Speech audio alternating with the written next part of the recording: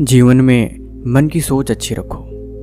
मन की सोच अगर अच्छी है तो जीवन ऐसे ही सुलझा हुआ नज़र आता है। लेकिन अगर मन की सोच गंदी है फिर इंसान मंदिर में जाके भी कमियां निकालता है। देखो, आपके अंदर की दुनिया बाहर की दुनिया को प्रभावित करती है।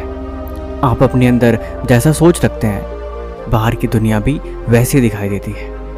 कोई आपको बुरा लग रहा है, कोई चीज़ आपको पसंद नहीं आ रही या फिर आपको कुछ ठीक नहीं लग रहा, तो इसमें आप ही गलती है, क्योंकि आप वैसा सोचते हैं। आप जैसा सोचते हैं वैसा देखते हैं और आप वैसा पाते हैं। किसी को जाने समझे बिना ही आपने उसकी कमियां निकाल दी, तो इसमें आपकी दोष है, क्योंकि आप उससे अपने हिसाब से देखते हैं। कोई चीज़ जो आपको बुरी लग रही हो किसी और को वही चीज़ अच्छी लग सकती है। कोई बात जो आपको अच्छी नहीं लगी लेकिन किसी और को वो बात ठीक लग रही है। सबकी अपनी अपनी सोच है, सबकी अपनी अपनी नज़रिया। आज की कहानी बहुत ही मज़ेदार है, इसलिए इस कहानी को अंत तक सुनिएगा। आशा करते हैं कि ये कहानी आपको जीवन में बहुत कुछ सिखाएगी।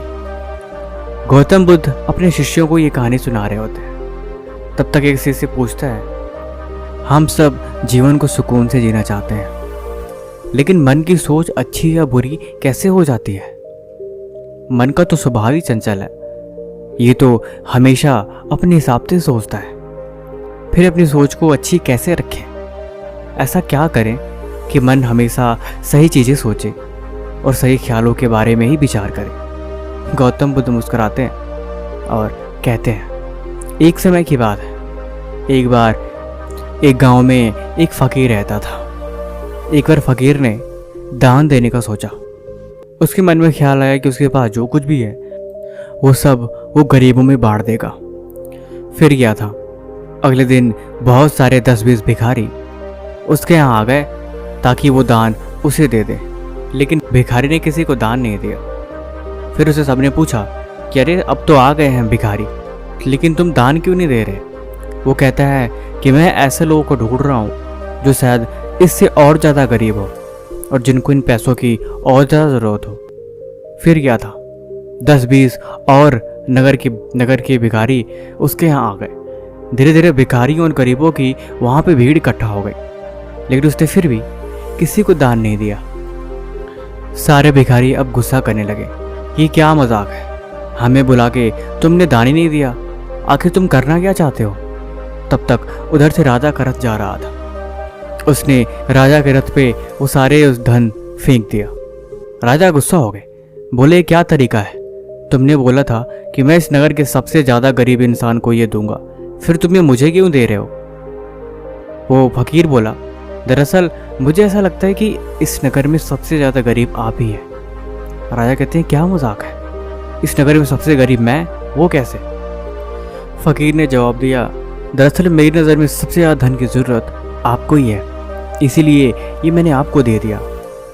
दरअसल इस नगर का सबसे बड़ा भिखमंगा वही है जो सबसे ज़्यादा मांग रहा है, फिर भी वो कभी तृप्त नहीं होता और उसकी चाह बढ़ती ही जाती है और वो सबसे ज़्यादा मांगते ही चला जाता है। जिन्हें भिखमंगा नहीं होना उनकी मांग कम करनी होगी और वो हमेशा मांग कम रखते हैं। वो थोड़े से में गुजारा कर लेते हैं, लेकिन जिनकी मांग ज़्यादा है वो हमेशा परेशान रहते हैं।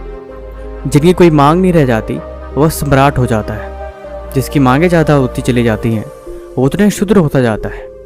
अंत में सबसे गरीब वही होता है जिसके पास जितना होता है, और सबसे सुखी वही होता है जिसकी ज़िंदगी से उम्मीदें और मांगें कम होती हैं। राजा दरअसल हमेशा दूसरों के बारे में बुरा सोचता था। राजा को घमंड था कि वो सबसे अमीर है, उसके पास धन दौलत है और वो हमेशा अपनी प्रजा को तुच्छ समझता था।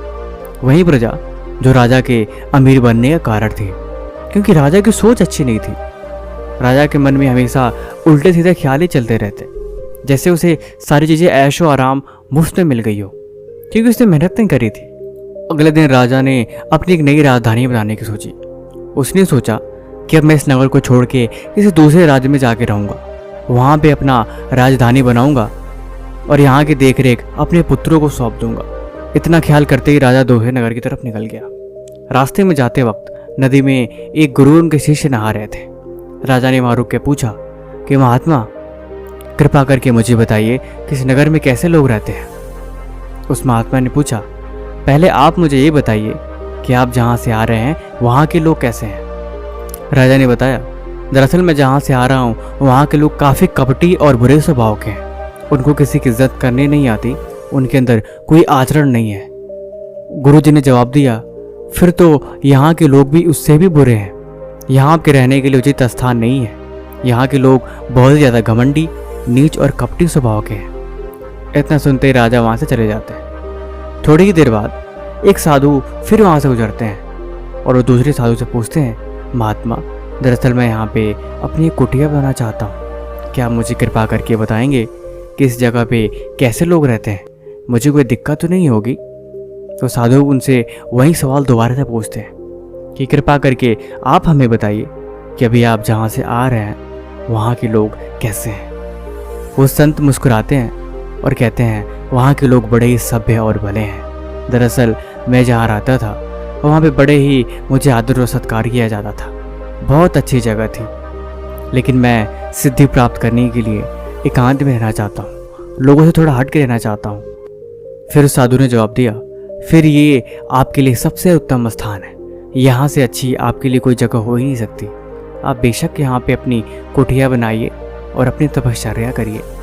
ये सारी चीज़ें उनके सिर से सुन रहे थे और अपने गुरुजी से पूछते हैं, गुरुजी ये आपने क्या किया? पहले को आपने गलत रास्ता बता दिया कि यहाँ के लोग अच्छा है नहीं, यहाँ रहना आपके लिए ठीक नहीं, और दूसरे को आपने यहाँ रहने के लिए अच्छा बता दिया। आखिर ऐसा क्यों? दोनों का सवाल ही एक था, दोनों का मकसद एक था, फिर आखिर जवाब दोनों को अलग अलग क्यों?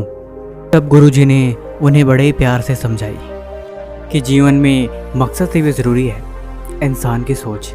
दरअसल हमारी दुनिया हमारे सोच में ही बसती है। हम जैसा सोचते हैं बाहर की दुनिया भी वैसे ही दिखाई देती है। जो चीज़ अंदर चल रही होती है वही चीज़ हमें बाहर भी दिखाई देती है। हम सबको अपने हिसाब से देखते हैं, हम अपने माहौल को अपने हिसाब से बनाते हैं। इसीलिए उनके अंदर जो कुछ भी था उन्होंने वहाँ के बारे में वैसा ही बताया। कीचड़ में कमल खिलता है, लेकिन फिर भी वो अपनी कभी भी सुंदरता और अपनी महक नहीं छोड़ता। गुलाब में कांटे होते हैं, लेकिन उसके बाद भी वो कभी अपनी सुगंध नहीं छोड़ता। देखो, सुंदरता हमेशा मन में बसती है और एक गंदा मन हमेशा आपके आचरण को दर्शाता है। इसीलिए मैंने दोनों को अलग अलग जवाब दिया। बाकी आपको ये कहानी कैसे लगी हमें कमेंट बॉक्स में ज़रूर बताएं। बाकी और भी किसी तरह का सवाल है तो आप वो भी हमसे पूछ सकते हैं। तब तक हम मिलते हैं एक और नई कहानी के साथ अगले दिन। धन्यवाद।